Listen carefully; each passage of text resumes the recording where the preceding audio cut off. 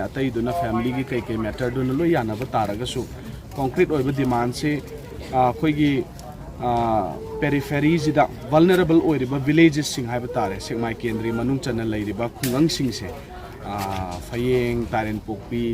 कदांगबन Kangchup सिंगदा औत्रुक सेंजम Chirang सेंजम खुनौ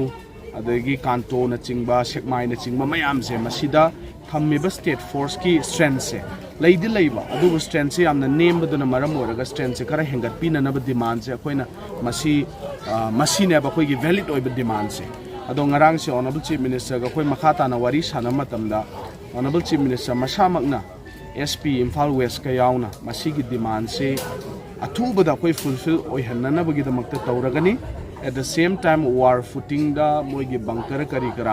bom na kari na changdana na bagi haidi micham praja ngakthok na bagi ne ko micham praja ngakthok pa ku ki militant sing na chatharak thawong sing sidagi praja sing je tangdu leitana kharadang oraga jo force sing sina ngakthok na bagi hena adugi war footing da semani plus adu oiba taragadi akhoi mamara paibi amadi je sigi site ge akhoi namka demand tawbse adudi not only verbal commitment हाइदी चिन्हाई ना वाही ना खक्ता commitment पीबदु दे अखोई पामदे मरमदी commitment जिदि ngak लेरगा अदुम तौरक्तबसु दुम यावे अदुरगदि अईब चेरोल ओइना पिरो हाइना अखोइना अईब agreement अमा पिहनबने honourable chief minister दा राई सामक सोई तौरगा secretary to chief minister Shri Geoffrey मसामकना खुदियक पिरगा अखोइदा ऑनरेबल चीफ मिनिस्टर ने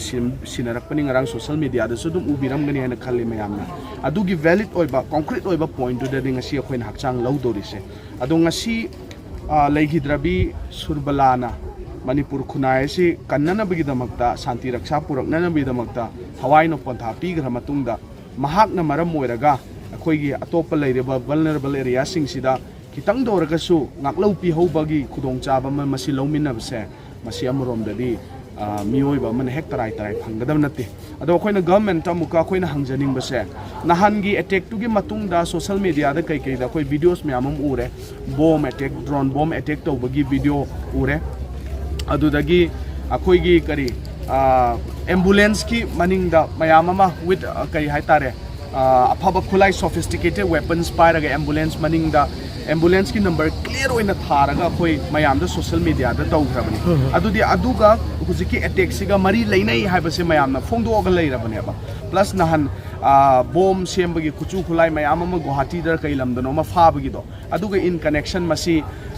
कौटुकी थौदोक्तो मरी लैनदे हाइबा यादेबा अदु ओब तारगदे अखोइना गवर्नमेंट अमदि होम डिपार्टमेंट अखोइना क्वेश्चन हंगनिंगबसे एम्बुलेंस सुमा क्लियर कट उले नंबर दो मा क्लियर कट उले मयामना ताबदा केएसओ गी हेडक्वार्टर दा लैरि हना पाउताई अदु ओब तारगदि नुमितु द एम्बुलेंस टू द याउरिबा मिसक सिंगजे सोफिस्टिकेटेड वेपन्स पाइरगा लैरगा सोशल मीडिया दा थागलिबा मिसक सिंगजे हौजिक फाउ फारबरा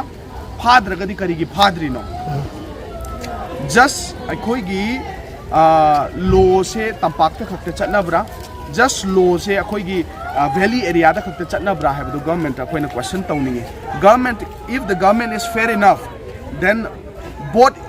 हिल ग वैली अनि मक्ता मसीगी ऑपरेशन चथरगसु नियम चुमना चथबा आइन से चलाइरगसु नियम Chumna चलाइबिबा अदुगा नुमित्तु the उरेबा footage Singh the चेनबा मयाम दो खुदक त फारगा बुक तौरब्रा हैबदु अखोइ गवर्नमेंट मसीगी पाउखुम अमदि होम डिपार्टमेंट ना पुलिस डिपार्टमेंट ना पिबम थोकरा हाइना खले अदुना मसी अखोइगी खुनगापसिंग द खक्ता डिस्टर्ब तौबा अदुगा अतोपददि कैंता तौबा ngамदबगी थबक से मसी तौबिदना नबगी दमक्तसु मणिपुर से चप मानना येंबिरगा आइन से चप मानना चलाइबियु हाइना जेसी की साइट की थमजरी।